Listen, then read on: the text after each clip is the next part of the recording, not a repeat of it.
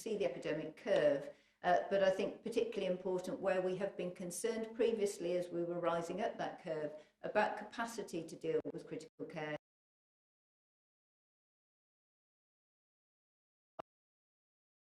Patients.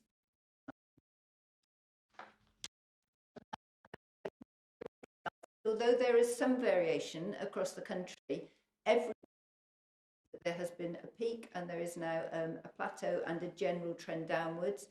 London clearly had a significant peak, and in other areas the shape of that curve is flatter. It does mean that really careful about social distancing and applying all the control measures to manage the virus as we go forward. But nevertheless, you can see that 11,327 people in hospital, more than 2,000, or just about 2,000 higher than that last week. So a continuous trend downwards. Next slide, please. And this is the last slide. So these are the confirmed deaths from the system, not just hospital deaths. So sadly, there have been 494 tests confirmed with a positive laboratory test in the last 24 hours, and 33,000 overall. But again, you can see that reflection of the downward trend carrying on as we go forward. Thank you. Thanks very much, Jenny. Well, our first question comes from a member of the public, and it's from who is in London. I'm one of the many thousands of people working within the theatre and performing arts industries. It is clear it will be many months before theatres reopen and customers feel comfortable enough to again. Will the government pledge to protect these industries that will be without any income for quite some time?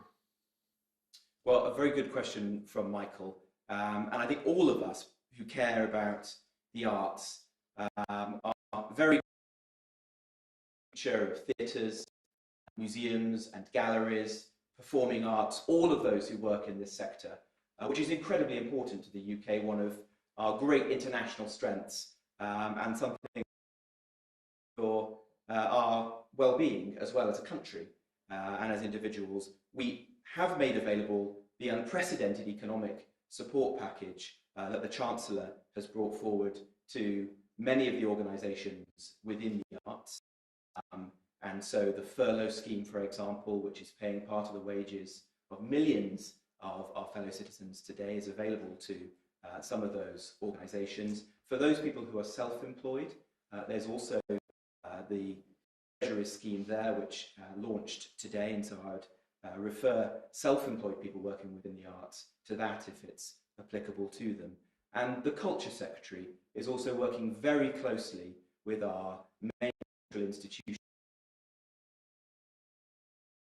That's a very difficult period of time, and to put in place the social distancing guidelines so that they are ready to reopen when and the medical opinion allows. And as you'll see from the roadmap that we've set out, we hope that that will be later this summer, but it is very conditional upon continuing to keep the rate of infection down and continuing to control the virus, of which of course we've all got to play. The second question is from Laura, who is from Rossendale. And Laura asks, there was a lot of talk about people being able to meet up in when are we likely, to see this put in place? Well, the guidance that we've set out in the first phase doesn't propose that. It says that you can, or you can. Then when you're out in those public settings like parks, for example, you can meet up with one person from outside of your family, as long as you maintain social distancing. So you can sit on a park bench or you can go for a walk, talking to them, as long as you're 2 meters apart.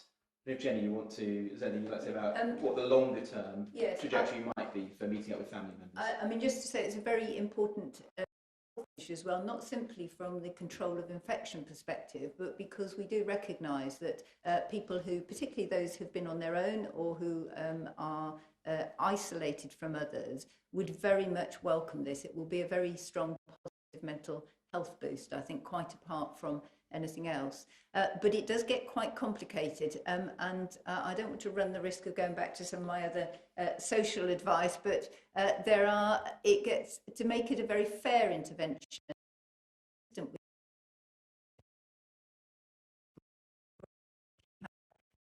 with large numbers already in their families who want to meet up, you end up effectively with quite a large gathering, even if it's just two families. I think it's really important that we think through the implications of that, particularly across families in different circumstances. If your family is a long way away, for example, you may be less able to do that. But recognise what the benefits will be, I think, for individuals, and we are able to put in public health advice to some of those decisions. Jenny. Now, the first question from a member of the media is Laura Koonsberg from the BBC. Good afternoon, Laura. Good afternoon. Thank you very much, Secretary of State. Why is it that the government can't seem to get a grip on the crisis in care homes? And Dr. is it right for some hospitals to be trying to persuade care homes to take in patients who have tested positive for the virus? Well, thank you, Laura. Care homes are at the absolute heart of all the work that we're now doing across government. Provide them with support and deserve. Today, the Prime Minister announced a further £600 million of financial support that will be given to councils and flow through to care homes so that they can fund the change we're asking them to do, which will include better infection control within care homes, bringing that up to the highest standards if they're not doing so already, ensuring there's less rotation of staff, particularly agency workers, between care homes that haven't had outbreaks as much as we possibly can, ensuring that there are named contacts within councils and the NHS for each care home, particularly the smaller care homes, the smaller independent care homes who might have less connection with their local council, ensuring that they're getting the support that they need to put in place all of those measures. Obviously continuing to ensure that they get the personal protective equipment that they need and the testing, both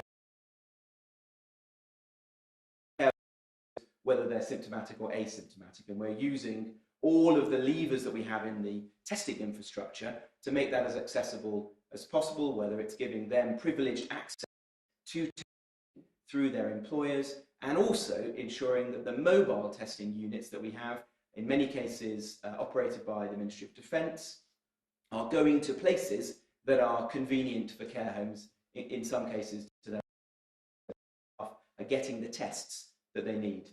Jenny. Thank you. So you ask a very important question about effectively good infection prevention control when patients are moving, and obviously many of the elderly care home residents will be most vulnerable patients. Really important to remember that if a patient has gone into hospital, been tested positive at an early phase and have had the disease and recovered, they will still be marked as a positive test, but very unlikely infection. Talking about that.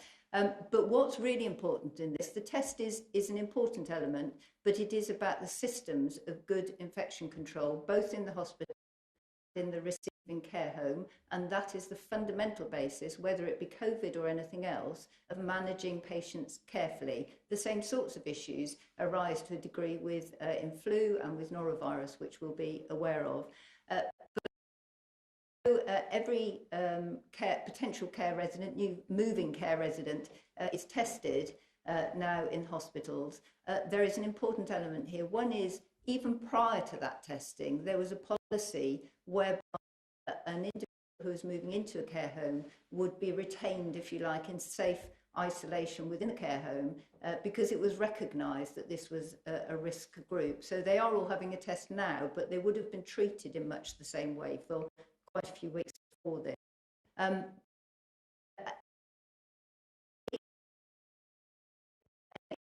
Colleagues have sent out very clear instructions to hospitals to support the testing, to make sure that's done in a convenient time period before patient is due for discharge, and to have local conversations about this, where on occasion, and I think it is not the rule, there are difficulties. Clearly, at the centre of all of these discussions is often a very elderly and quite vulnerable individual, and it's really they are managed in the way which is best for their health and everybody else's infection risk, but also their personal life as well.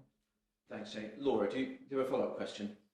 Yes, I mean, you've listed some of the actions that the government's announcing today, but we are now 2 there isn't still enough kit, we hear from care homes around the country. Care home managers are desperately worried about what's going on. You know, why does it seem day after day that the government is getting a grip on this? Don't underestimate the challenge being faced by residents and staff of care homes. The package of support that we're giving today builds on the work that we've been doing for many weeks now with respect to PPE, for example.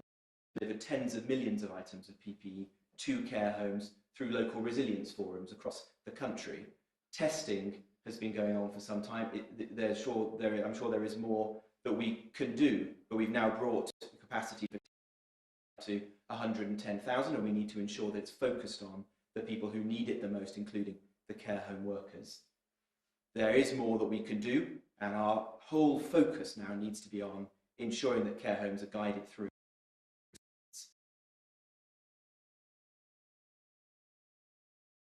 Thanks, Laura.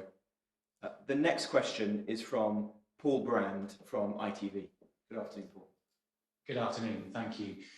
Any extra money for care homes is money, but the funding you've announced today, as you outlined, is specifically for infection control. Care homes are telling us that sadly one of the greatest costs they face from COVID-19 is that many of their beds are now empty. How does this prevent care homes from closing?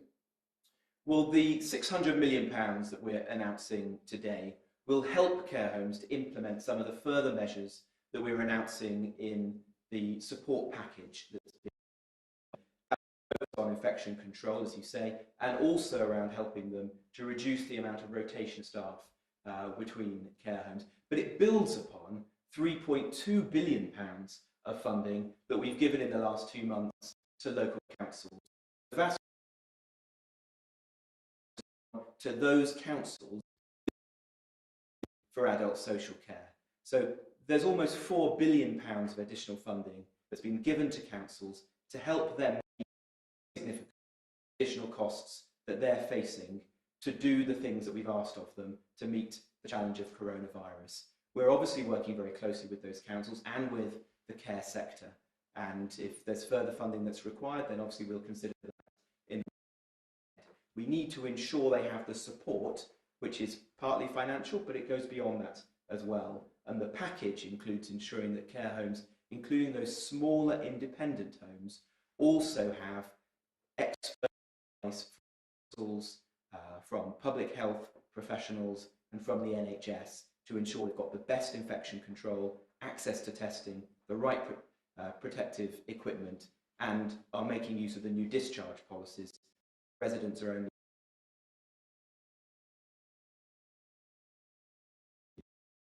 I don't know, Jenny, is there anything you'd like to add on the package that we're bringing forward for? Yes, for I mean, care just homes? from a clinical perspective, NHS England already enhanced support for care homes in progress, but in fact that has been brought forward, and there's a lot of joint working to ensure that each care home, that there is a clinical lead in each area who can then specialist advice. And I know I don't have the figures here, but there's been a lot of training. The trainers, for example, around infection control, which is an important element, and directors of public health who are very critical in local authorities. They will work between the adult directors and between local public health teams, will be increasingly taking a leading role in oversight of that. Many of them are already, but I think it's just pulling all these things together gives that added assurance that there is consistency across the patch. But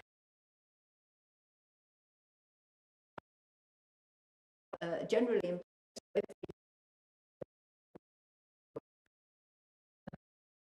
it's an added focus to it, though, and I think we do recognise care homes, for example, it can be quite difficult to maintain specialist skills. So having this extra clinical support and advice going in or available to people is a really important step. Thanks. Are you content with that, Paul, or do you have a follow-up question? Just a quick one. Community Secretary, some of the funding isn't getting through to care homes. It's not being passed on by councils. Councils say they haven't got enough money, and the money you've announced today is specifically for infection control. Wouldn't it be better to allow the care homes to spend the money on whatever they spend the money on? Because some of them are closing. We reported last night on one which has now moved residents out of the care. Well, we want to ensure that care homes are financially sustainable through this crisis.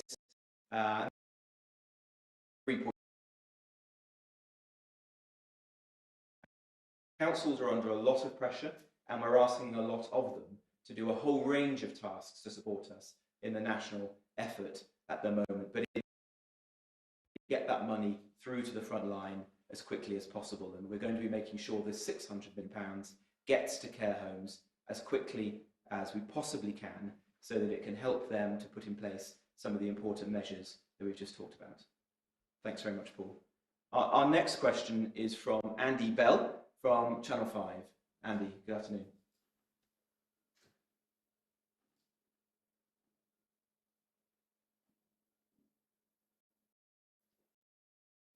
I don't think we can hear you, Andy, I'm afraid. You may have muted yourself. Try again. Thanks, Andy. Can you hear me now? Great. We can. Mr. Jenrick, the government has said that parents will not be penalised if they do not worry. Will they what is happening in schools next month, or will they simply be expected to go back to work? And Dr. Harries, do you agree with the Prime Minister today that it's premature to have comparisons on death rates? And if so, what has changed since you were happy to stand at that podium and make those comparisons in recent weeks? Well, thank you, Andy. Well, the Education Secretary is working very closely with the trades unions, teaching professionals, to ensure that they are comfortable and have sufficient guidance to return to the workplace. Many teachers have been working, of course, in those schools that have remained open, ensuring that the children of key and vulnerable children are given schooling during the lockdown measures. And we're very grateful to those teachers for doing that. But we're going to keep on working with the trades unions to provide as much comfort as we possibly can with the schools open.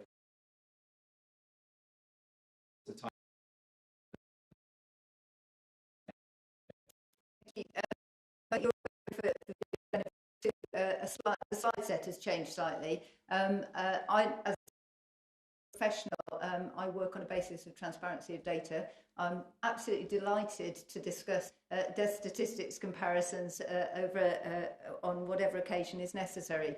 But I think there is no reason why the death data can't be produced here, and it's available. There are a number of new reports, actually, which I think are adding insight, and so it's becoming very clear that there are a lot of facets to understanding death data. So, for example, the Office for National Statistics data, a number of reports through which the public can have access to and look at those. So I think there is no suggestion that the death data cannot be available, and it is in a number of different places. The main point, I think, of your question was around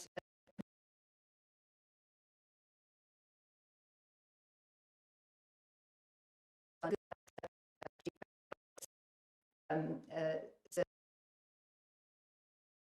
highlighted some of the risks of this. So I think all of us professionally are very clear that because death data is collected in very different ways in different countries, particularly at the moment, because the rate of testing is very different, and because we're still understanding the risks to different stratas of the population, so by age or by other risk variables, the only really good comparison in the longer term overall will be to look back at all-cause mortality, so that's a death from any cause at all, whether it be confirmed or not,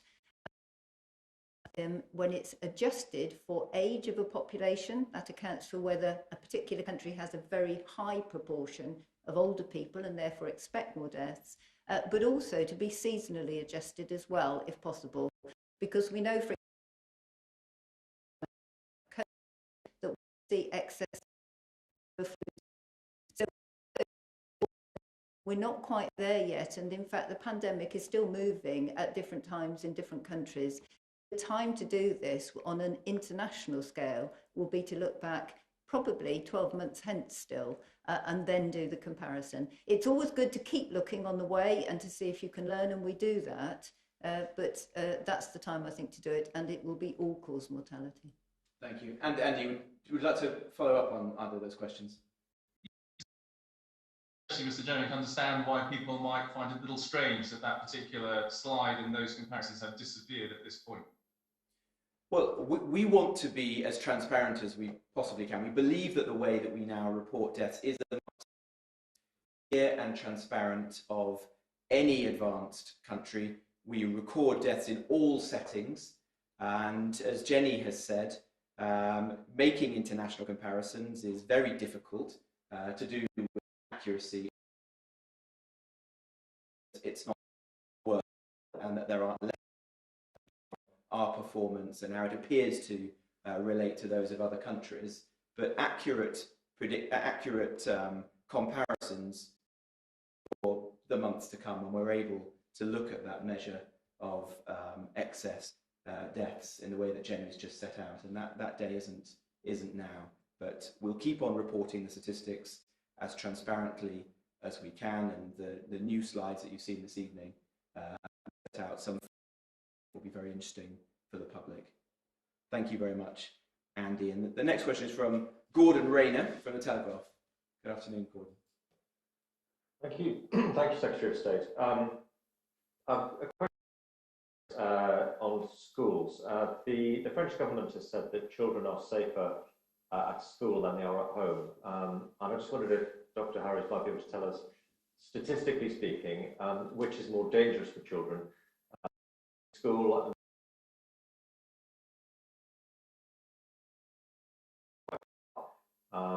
and just a question for you, Secretary of State. We reported in the Daily Telegraph this morning that the Treasury is working on the assumption that coronavirus will increase the deficit to £300 billion this year. At this stage, has the government ruled out any of the possible ways of funding this, such as tax increases, scrapping the triple lock on pensions, or a public sector pay freeze? Well, let me answer, Gordon, that last question before turning to Jenny. Those are matters for the Chancellor, and no doubt reflections in future fiscal events if he wishes. But he was very clear yesterday that coronavirus is having a profound impact upon the economy here in the UK, as it is in economies all over the world. People stress and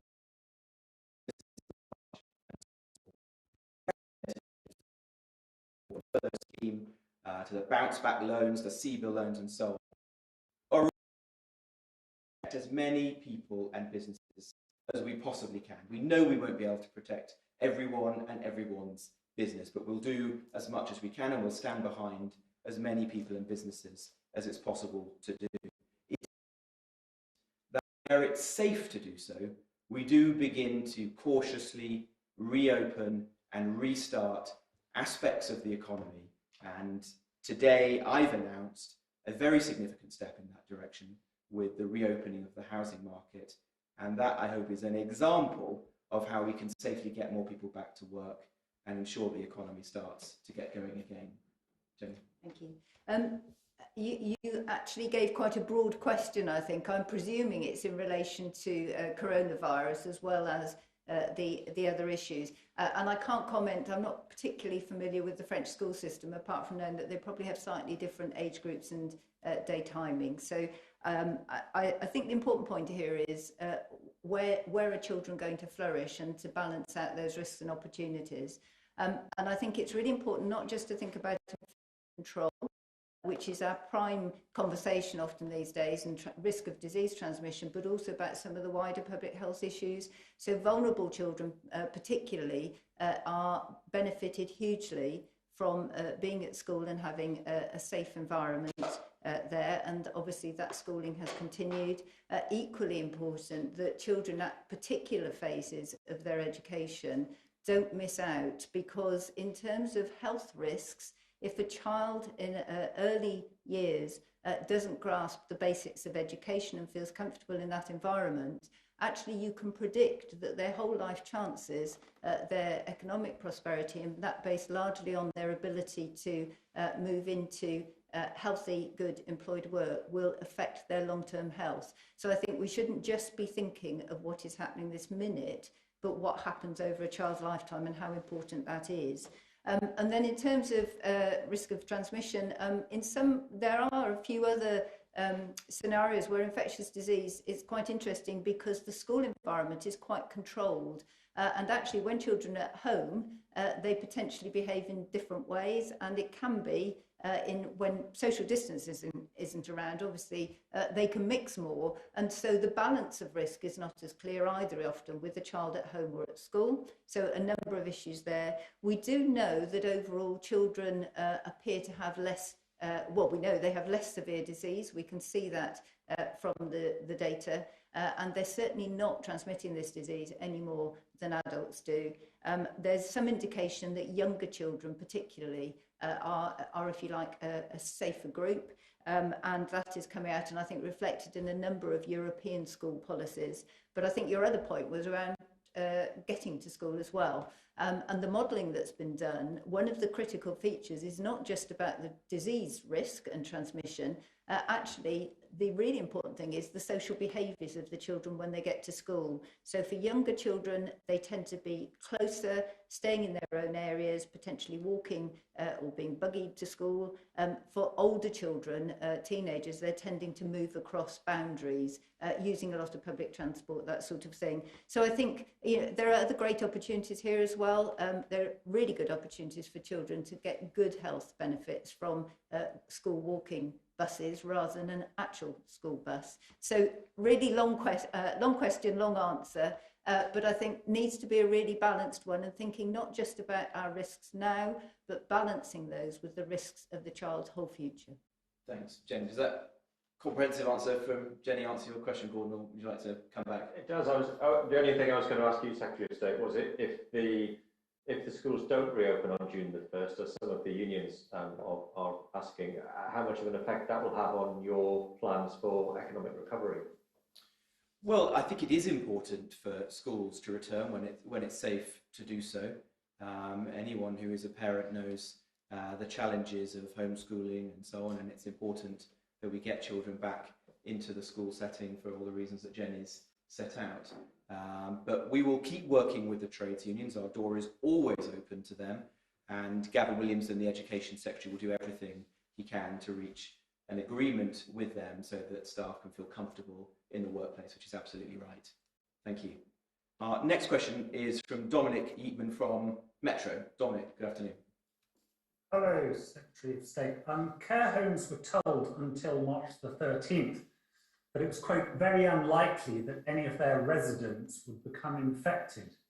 And only on that date were they advised to review their visiting policies. Did you neglect the risk to the care sector and prioritise the NHS at the expense of the old? Well, thank you, Dominic.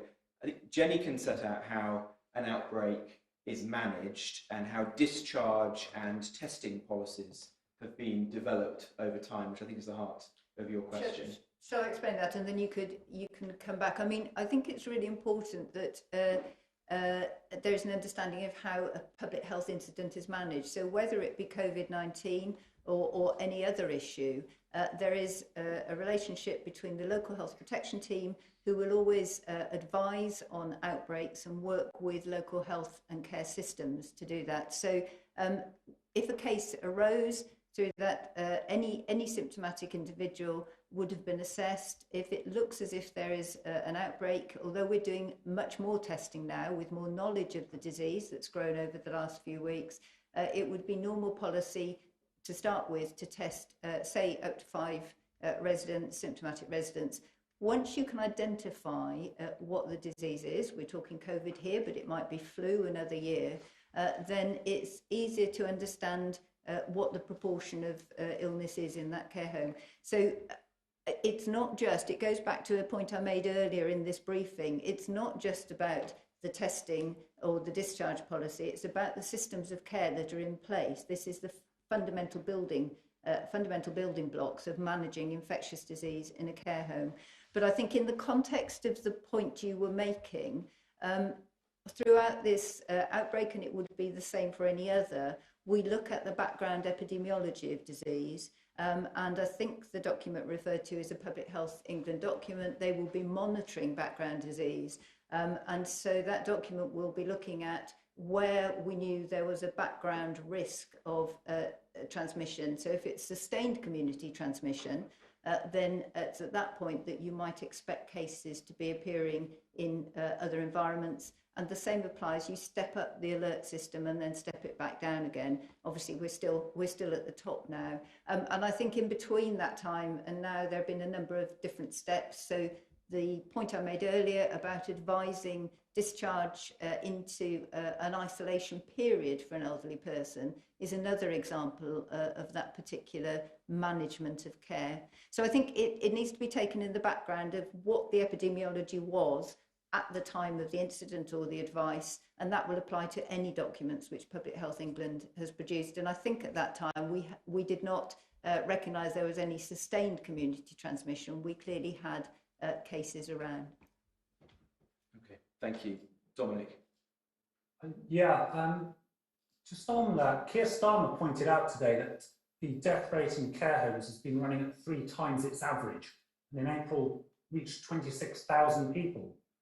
But coronavirus was only blamed for 8,000 of those deaths. What is killing the rest? Jenny, do you Shall want to I answer answer that? that? It probably goes back to the question before about how you count deaths. I think what we're saying is 8,000 were confirmed linked with COVID, and actually what that means is they were associated with COVID. It's slightly different. Those individuals had a diagnosis, they had a laboratory confirmation. They could have died from something else but had COVID, or they could have died from COVID. And then the gap that you recognise, actually the same applies, but we don't have a test for those individuals. Some of them may well have had COVID. Some of them may well have died from other issues. And that's why it's so important that we look at this whole excess mortality. It's very likely that some of those individuals had COVID, and that may apply to other parts of the population as well. The important thing is whether they had appropriate care and treatment. And I think the other point is, which you're perhaps referring to, is we are really mindful as we go forward from a health perspective, as a health professional, to understand and ensure that people, wherever they are, whether it be care homes or the general public, continue to use emergency health services in the way that they should do. And it's important that people do consult them. So we do know that there has been a drop in usage, for example, of A&E, hospital admissions, for what are normally urgent issues. So there may be a proportion of individuals in there who have not accessed health services normally. It's why it's really important that we look at that total excess mortality over time. We encourage care homes and the general population to use our health services normally where it's an emergency, and that we continue to count those cases where we can. Thanks very much, Ian. Our last question is from Derek Healy, and Derek is from the Dundee Courier. Good afternoon, Derek.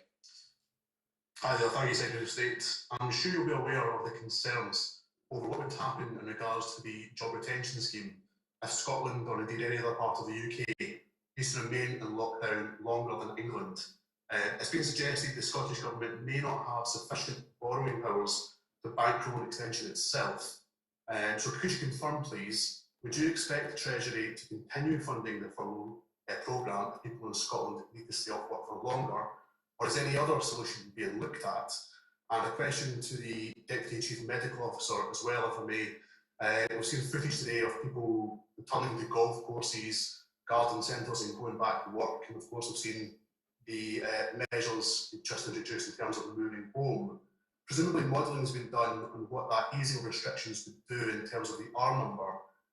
Are you able to say specifically, possibly in terms of a number, what kind of an impact you would expect in the transmission rate from those changes introduced today? Thanks, Derek. Well, with respect to the job retention scheme, which has been hugely successful in keeping people in work, retaining the essential link between employees and employers. The Chancellor has announced that we're going to be extending that for 4 months until October, and it will remain in its current form until the end of July. So that gives a lot of advance notice and guidance to employers and employees who depend on it in all parts of the United Kingdom. It's a national scheme, and it's right that it remains so. But the Chancellor and his officials in the Treasury will keep on engaging with the devolved administrations and with trades unions and businesses in all parts of the Union, including in Scotland and no doubt in Dundee, so that as changes are made in time to the scheme, they reflect the needs of the economy and of working people throughout the UK. Jenny. Thank you. So I think the quickest answer to your question is to say that interventions which are being eased or leisure activity, for example, that's being eased, is designed to do so that it keeps the R under 1. I think that goes without saying. It's extremely difficult to model all of these different interventions at one time. And so, for example, we know that outdoor activity is a much lower risk than being in enclosed spaces. And that's why you'll see the predominant freedoms are around that, while still reinforcing the fact that people need to practice good respiratory hygiene, wash their hands, and keep 2 meters apart. So what the modelers do, will build a model around social interactions, which as far as possible can predict some of these movements. Now, we can't say in advance how many people might want to move house or how many people are going to turn up on a golf course, but you can make some sensible estimates of that. But it's a 2-part process. So you do an estimate and then you will check what's happening to the R number. And so I think many people who've stood here before from the scientific side have said we need to watch both of those and tap back down some of these interventions and tighten them up if we see the R number going up.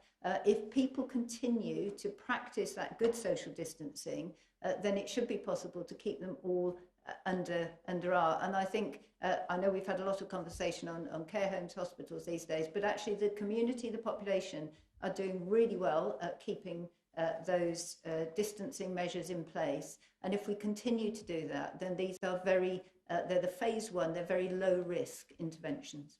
Great. Thanks, Jenny. Do you follow up, Derek, in closing? Yes, please. Just to go back again to Jenrick, businesses will fear there's going to be a cliff edge a few months down the line. Are you able to offer them any specific assurances that something will be in place to look after them? Well, there isn't a cliff edge. The Chancellor has extended the scheme now for 4 months, precisely to give people as much notice as possible and ensure that that doesn't happen. Because the scheme is so important, because it is helping so many people to stay and work and to stay in contact with their employer. So if the economy bounces back, we can ensure that they return to their workplaces. The task for the Chancellor and the government is to ensure that we keep on engaging with businesses in all parts of the country, including the specific sectors in Dundee and in Scotland, so that the views of businesses and of working people in Scotland are heard as the Chancellor takes the next steps in the months to come. And you can be assured that he will be doing that.